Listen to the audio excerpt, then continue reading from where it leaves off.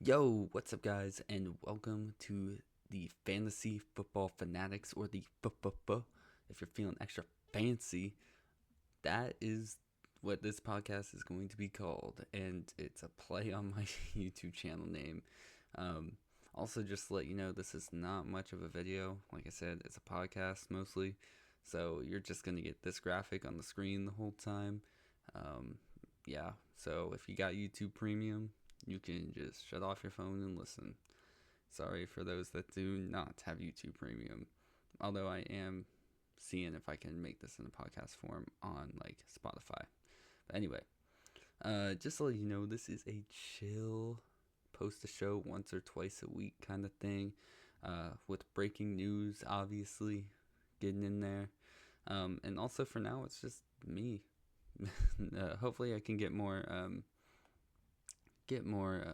hosts or special guests on in the future. But yes, this is episode 1, and without further ado, let's just get into this. So I have 3 topics to talk about today, and this is like a discussion type thing.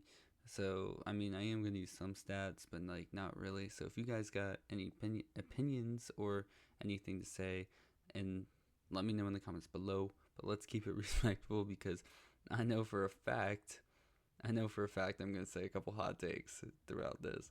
So, yes. Yes, let's keep it respectful. But anyway, so I've just been doing a lot of mock drafts recently.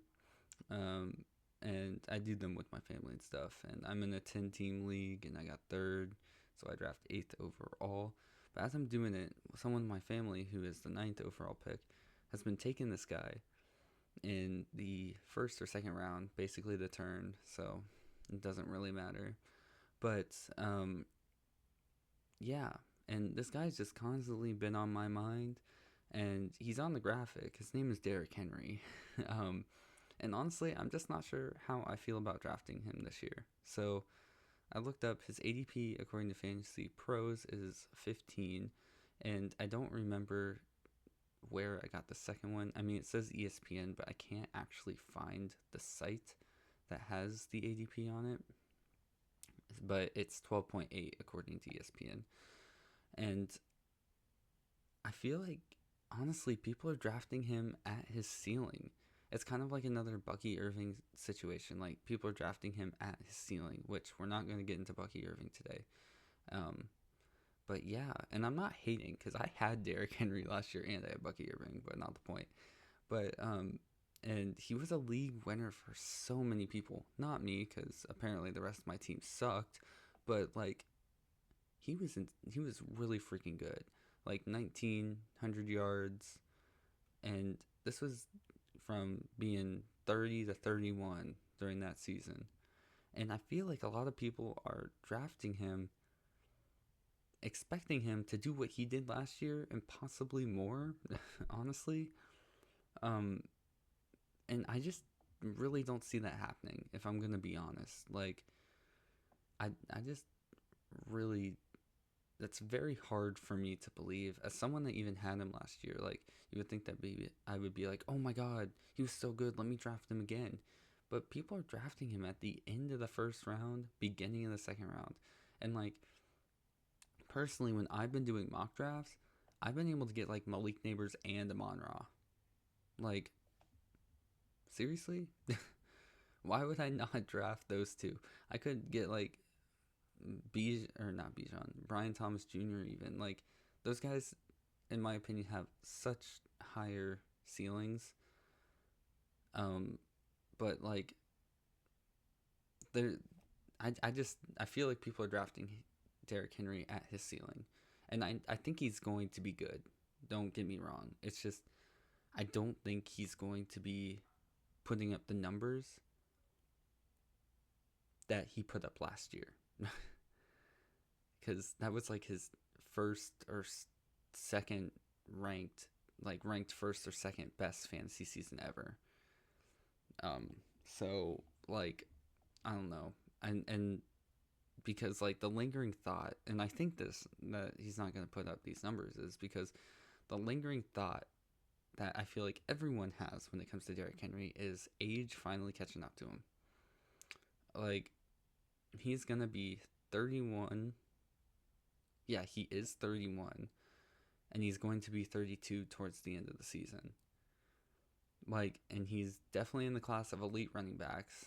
Definitely in the class. So I was looking up other running backs that are legendary and seeing their drop-offs. Barry Sanders dropped off from 29 to 30. Earl Campbell dropped off 28 to 29. 1,300 yards to 468. Eric Dickerson dropped off from 29 to 30, 1311 to 677. Then we're looking at Jamal Lewis, who dropped off 29 to 30, 1,002 to 500. Yes, these guys do typically have less games played, but I mean, that might still factor. I don't know if they were injured or not, but... And then Chris Johnson kind of had a little bit of, I guess, a resurgence. But from 28 to 29, he had 1,077 to 663. Then from 29 to 30, he had 663 to 814. And then from 30 to 31, 814 to 95. And I didn't put on Terrell Davis or Barry Sanders because Barry Sanders basically retired that is still good. And I think Terrell Davis got derailed because of injuries. I could be wrong, but yeah. And Derrick Henry is human, I think. Yes, he's kind of crazy and insane good football player that he put up that last season at 31. But it just seems like he's being drafted way too high. Because, like I said, I could get, Malik Nabers or Amon-Ra, or running back-wise, I could get Malik Nabers and Jonathan Taylor, which I know, but he showed some signs of life towards the end of the season. So, anyway, I mean, I would be more than happy to draft him in the third round, possibly the third round, or definitely the fourth round, which I feel like that's a stretch. He would definitely not make it to those, but I just think it's crazy. And like I said, I think he's going to have a good season, but he's being drafted, a 31, 32-year-old running back is being drafted at his ceiling, which in my opinion isn't sustainable.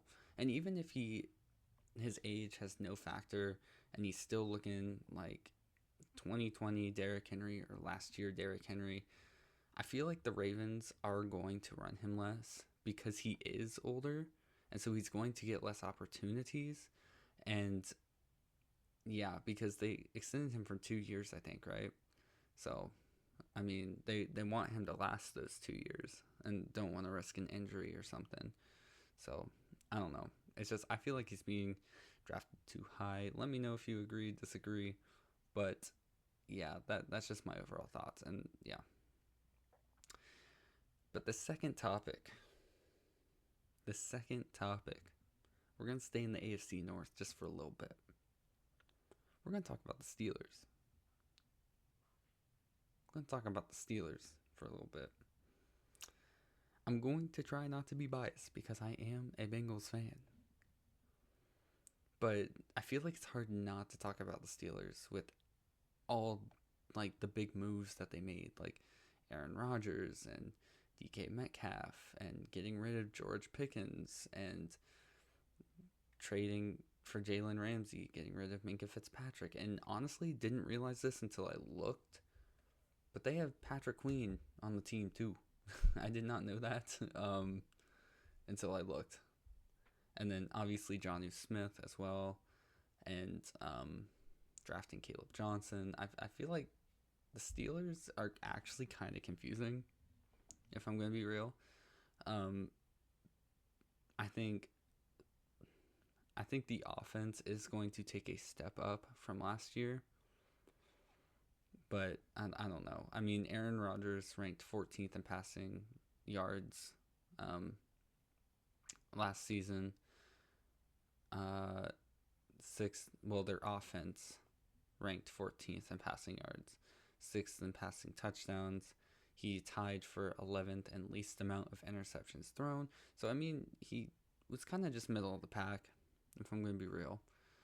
But other than sixth in passing touchdowns, obviously, that's top 10.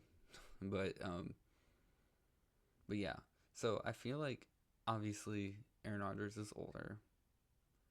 He's going to take some decline. And, I mean, he kind of showed that last season as well with the Jets, which the Jets were kind of just a mess.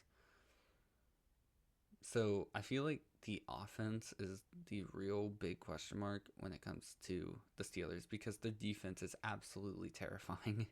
Got Patrick Queen. If TJ Watt resigns, you got TJ Watt too. Cam Hayward. Obviously Jalen Ramsey. Like, I personally am scared as a Bengals fan for their defense, but which thank God they got rid of Minka Fitzpatrick. I'm not a fan of him. I just hope that they don't,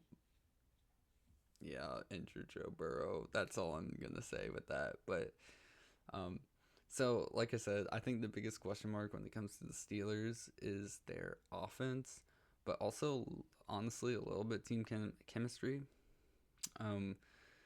Signing Metcalf and Ramsey, I know they're both competitors, but I feel like if you know that at least they acted like they actually hated each other, I mean, they're definitely going to push each other in training camp when that comes along, and I feel like they're going to make each other even better. I mean, Ramsey's really freaking good. We'll get on Metcalf in a second, but I feel like that maybe that team chemistry could be a little iffy. Aaron Rodgers, I mean, he seems like a chill dude. But just the way I think that he is portrayed in the sense of football, it kind of seems like that he makes the team about him. I mean, blaming Robert Saleh with the Jets for that was kind of crazy, in my opinion. I mean, I don't think it was confirmed that he was fired because of Rodgers. I mean, I could be wrong, but I don't know. That's a good head coach to fire. So, anyway, I don't know. Team chemistry kind of seems questionable to me as well. But the biggest question on offense, in my opinion, is wide receiver. I know. They got DK Metcalf, but I'm going to be honest. I don't think DK Metcalf is all that, if I'm going to be real. And they got rid of George Pickens, which, excuse me, which I'm not a fan of George Pickens, but as a football player, he is pretty good. I mean, last year, Jackson, Smith-Njigba, and DK Metcalf,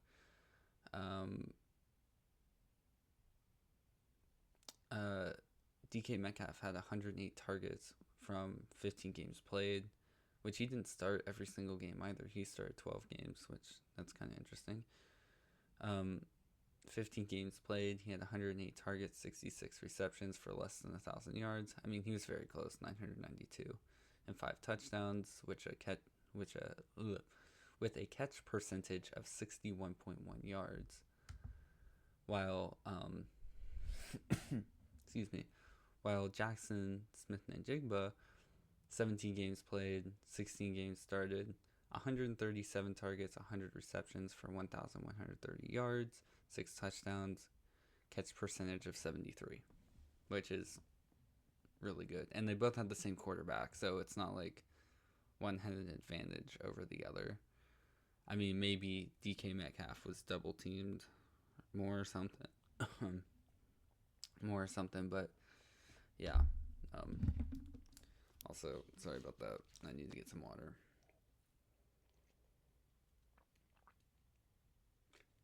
And with the loss of George Pickens, the Steelers wide receiver room, I mean, they did get Jonnu Smith.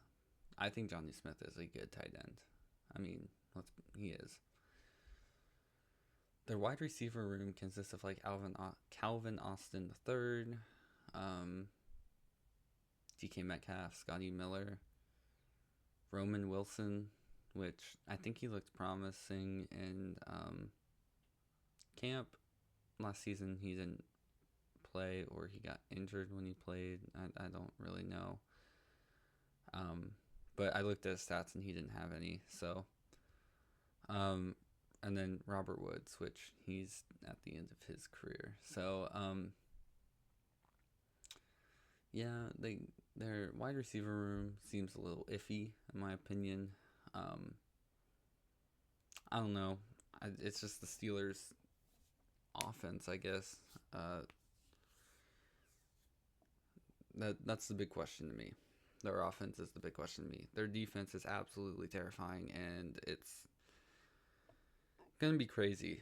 I mean, especially, fantasy wise. If we just talk about fantasy wise, in this Arthur Smith offense, I'm not drafting Aaron Rodgers. I'm not. DK's ADP is around the 5th round, which, if we're going to be real, 5th round, you could also, wide receiver wise, get Xavier Worthy, Jamison Williams, Devonta Smith, and Cortland Sutton's at the beginning of the 6th round. I don't know. I feel like for an Arthur Smith offense, I feel like that's a little iffy for DK. I mean, he's going to get targets, don't get me wrong, but I don't know. Arthur Smith is a little run heavy, as we've learned. And so less pass attempts, less targets. Caleb Johnson is also like the RB24, early 8th round. 100% I would take a shot on him. 100%. I mean, 8th round. Who else is going in the 8th round? Let me look.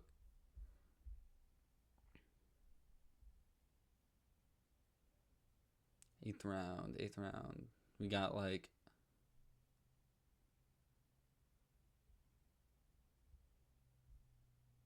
I totally skipped over it. I mean, you got David Montgomery. I mean, pretty good. Running back wise, Quinshon Judkins, which, yeah, it's pretty good too. I mean, Tony Pollard, Isaiah Pacheco. I mean, I wouldn't, for this far into the draft, I would not mind taking a shot on Caleb Johnson. I think they drafted him for a reason. Arthur Smith offense, they got rid of Najee Harris. Yes, Jaylen Warren is still there, and he's the RB32 going around the 10th round. But if I looked at the Steelers' transactions properly, I think Jaylen Warren, they signed him for another year, but under some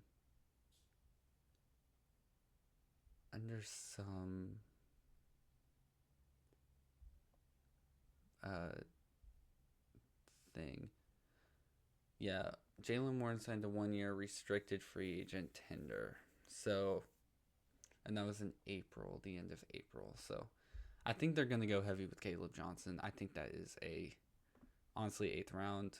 I would take a stab on Caleb Johnson. But yeah, I mean, the Steelers, I think they're going to do their usual. I think they're going to go 9-8 and get first rounded. I hope they don't. I hope they go 5-12 and they don't make the playoffs. But again, that's the Bengals fan in me. But yeah, no, I think they're gonna do their usual 9-8. I mean, that's also if TJ Watt even gets signed. We don't know. I don't think they've signed him. So yeah. And again, if you have any thoughts on the Steelers in the comments below, let me know. I mean, DK, I don't think DK is all that. And I know that's coming from a guy that's just sitting in the chair right now talking about him, but I don't know, man. I guess we'll see, because I feel like this is also like the first time in an offense that DK is kind of gonna be a little alone. Like, So how is he going to deal with the extra pressure of other defenders around him? Because, like, he's always had, like, Tyler Lockett and, like, Jackson Smith and Jigba. I don't know. I mean, Tyler Lockett was, like, a deep threat, so definitely drew some defenders. So I guess we'll see. But, yeah, personally, I think I've, in a mock draft, drafted DK once. Not drafted Aaron Rodgers. I don't think he's going drafted. I could be wrong. Caleb Johnson, I would 100% take a stab on Caleb Johnson. And I mean, Jalen Warren isn't going anywhere, but like I think Caleb Johnson is the future of the Steelers' backfield, and I think he's going to get lots of opportunities. So yeah. So without further ado, let's get to our last topic. As you can see, there's one guy left on the little cover thing, which also I made that cover thing myself, and I am not a Photoshopper. I am not a what's it called? Digital media. I don't know. Graphic designer. There we go. I am proud of myself, okay? I did my best, okay? Anyway, Malik Nabers. I'm going to make a separate video on this, or a separate episode on my wide receiver rankings, which I don't have them done yet. But as I'm going through, I think I have like 10 or 11 ranked so far. I actually have Malik Nabers as my 4th overall wide receiver. Maybe surprising. I don't really know. Let's see. According to average ADP, what position is Malik being drafted as? He's drafted as the wide receiver 5, overall 8 in PPR scoring. I forgot to say this is all PPR. I do point per reception, so averaging 4.5. It looks like him and Puka are kind of tied, both averaging 4.5 for wide receiver. Anyway, I was just curious on that because I didn't even look. I just went on mine. So I have him as 4th overall. As we know, his QBs are Russell Wilson, Jackson Dart, Jameis Winston. They really don't have too many weapons other than Wan'Dale Robinson, and I don't imagine he'll hurt Nabers' volume. I mean, he didn't last year. I mean, yeah. But I actually do have maybe a hot take. Don't really know. I might get some hate for this one. But from a passer standpoint, and this was with the Steelers offense last year, Russell Wilson actually was more inaccurate than Daniel Jones. Just a little bit. Russell Wilson, he had an on-target percentage of 76.4% and a bad percentage of 16.8%. Daniel Jones had a on-target percentage of 79.4 and a bad percentage of 12.5. So that's like 4% lower on the bad and 3% lower on 4% lower on the bad, 3% higher on the on-target percentage than Russell Wilson. To me, that is kind of an insane statement to say. I mean, we know Russell Wilson's getting older. Like, obviously he won the Super Bowl. Like, yeah. I don't really see Russell Wilson being the starter for very long, which also really surprised me. Russell Wilson apparently was a Pro Bowler last year. I mean, maybe I'm missing something, but he didn't even throw 2,000 or 3,000 yards I mean, this was his career lowest. It was 2,482, 16 touchdowns, and 5 interceptions. I mean, the 5 interceptions, that was tied for his career lowest. But I don't know. I don't know. What was his QB rating? 95.6. Okay. Not his lowest, but it was down there. I don't know. I think the interceptions maybe helped him there, but yeah. So I don't.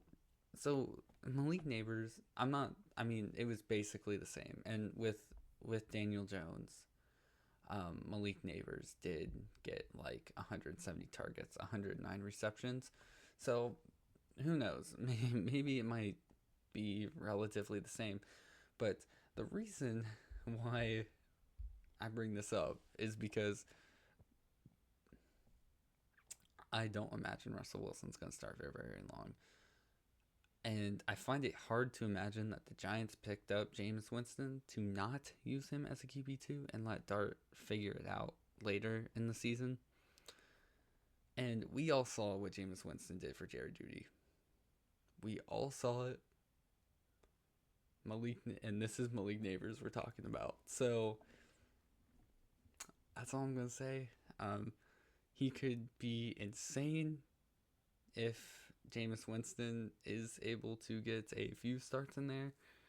I mean, I think even with Wilson and maybe Dart, I don't really know anything about Jackson Dart, if I'm going to be completely honest. But with Russell Wilson, I think Malik Nabers will be fine. Don't get me wrong. But just imagine if Jameis Winston starts. Like, hear me out. Hear me out there. Let Jameis Winston start, please. From a fantasy perspective, please.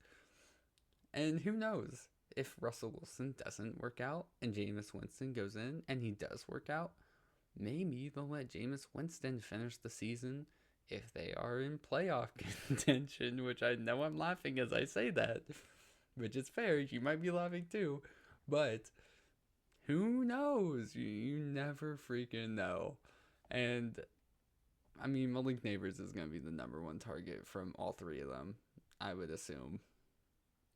Really good wide receiver. But just imagine Jameis Winston throwing to Malik Nabers. That would be crazy. And like I said, I've been taking him at Malik Nabers at the end of the first round, hoping, and these are mock drafts. I have not done my actual league draft yet for any of the leagues that I'm in. Which you should not do it before training camp. But yeah, so kind of crazy, I know. But you know what? He's overall ranked 5th and being taken as like the wide receiver 5. So I mean, it's not really crazy that I have this opinion on him. But who knows? Like, I would love to have Malik Nabers. And also, I think he had some like, what was it? I'm gonna look it up real quick. Some toe. Was it? He's having problems with his toe. I'm looking it up real quick.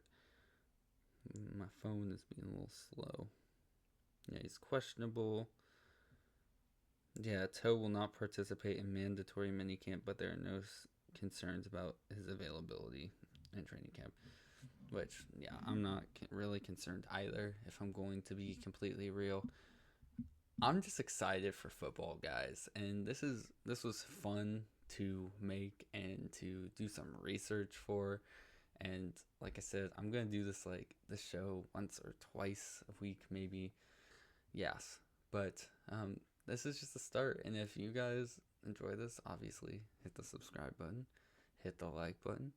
I've never really done a podcast type thing and put it on YouTube, so I'm gonna figure that out. Maybe this is just gonna be a video with this static thing that people can play. Maybe it will be a podcast through YouTube. I don't really know how it works. So, yeah. Anyway, I'm going to also continue with the 2020-2021 NFL season through Madden simulation. I do have all the stats from the previous games in spreadsheets. I just need to find a way to make it easily accessible for you guys as well, so you can see them as the season goes on, because I think it's kind of cool to see how like cumulative stats of all players, and we can have like a little offensive rookie of the year, offensive player of the year, stuff like that. That would be fun. That'd be fun. MVP type stuff. Anyway, so yes. Anyway, that's going to be the end of this first episode of the or the Fantasy Football Fanatics podcast. And I hope you guys enjoyed, and I will see you in another one sometime. Peace.